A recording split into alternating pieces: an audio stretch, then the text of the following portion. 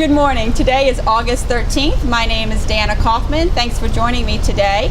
This podcast is brought to you by LifeSpan Network, and as you can see, we are at CCNRC Family of Care located in La Plata, Maryland.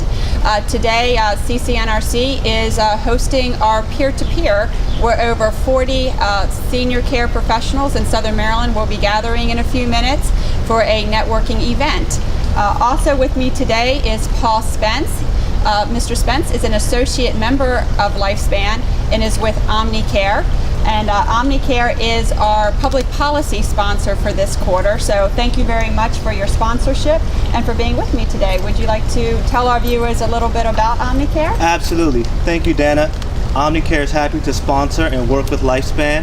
Omnicare is the largest and top pharmacy provider in the country, and we are happy to work with senior communities, whatever their needs or whatever their demands, no matter how big or how small. Omnicare is here to work with you. So you can call us or reach out to us on our website at omnicare.com. Thank you, Dana. Thank you very much. And thank you again for hosting us today. Thank you. For sponsoring our public policy. And now moving on to public policy. Of course, the big news, if you have not heard, OHCQ staffing, Dr. Tricia Ney has been appointed as the Executive Director at the Office of Healthcare Quality. She has been the Acting Director since December, so we congratulate Dr. Ney on that appointment.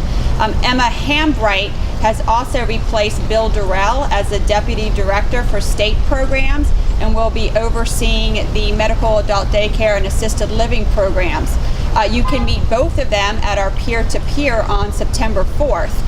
Marty Roach, who is the continuing care chief at the Department of Aging, will also be joining with them on September 4th. So please mark your calendars now.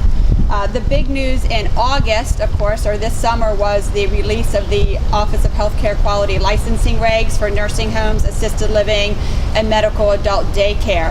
LifeSpan did submit comments, which were due on August 5th. MADS with LifeSpan also submitted comments on the medical adult daycare regs. Those comments and additional materials can be found on the LifeSpan website for our members. But just a few highlights to let you know for medical adult daycare. The draft revisions did change the ADCAP review to 120 days rather than quarterly. However, MADS and LifeSpan have again requested the 180-day review to coincide with the plan of care. There's a 2-year status quo on the 1-to-7 staffing ratio and transportation requirements, at which time then that the ADCAPs will determine the residents' needs. And a CNA must be present at the center whenever an RN or an LPN cannot be present. For assisted living, there has been a revisions to the resident assessment forms and service plans. A delegating nurse, there's been many changes to the delegating nurse requirements, including requiring the delegating nurse to be present on admission, as well as when the resident has been transferred to the hospital under certain circumstances.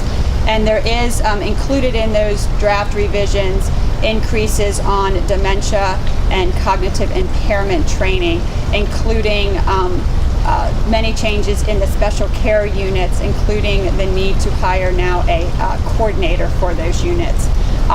Just to speak to assisted living, LifeSpan did just put out an alert. Effective August 19th, the assisted living licensure fees will be increased. This increase came out last year, which LifeSpan opposed. Consequently, the latest revisions have decreased the amount of the increase, which will go into effect August 19th. So again, make sure you check out our website for that information. For nursing homes, again, just a couple highlights. The regulations would increase bedside care from 2 hours to 3 hours and increase the ratio for nursing services personnel from 1-to-25 to 1-to-15, and require generators to have both heating and cooling. Again, very important provisions in those regulations. Take a look, let us know your thoughts. Some other information, just to let you know, OHCQ did release a transmittal in July for assisted living, clarifying the 20-hour CEU requirement for assisted living managers, and they're also offering a training course on the role of the DNCM in assisted living. The next course is being offered August 20th. For the nursing homes, make sure you're checking on the memos that LifeSpan has been forwarding to you from CMS. There's been about a dozen survey memos released ranging from visitation rights to new F tags. So again, make sure your staff has copies of those transmittals.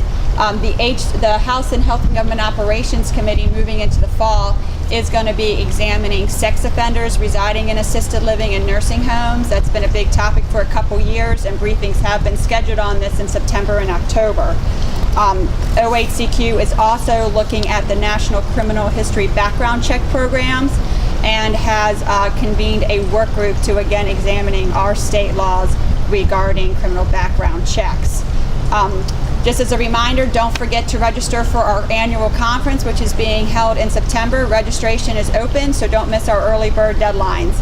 Again, I want to thank CCNRC Family of Care for hosting this podcast, as well as our peer-to-peer, and to Mr. Paul Spence from Omnicare for being our public policy sponsor.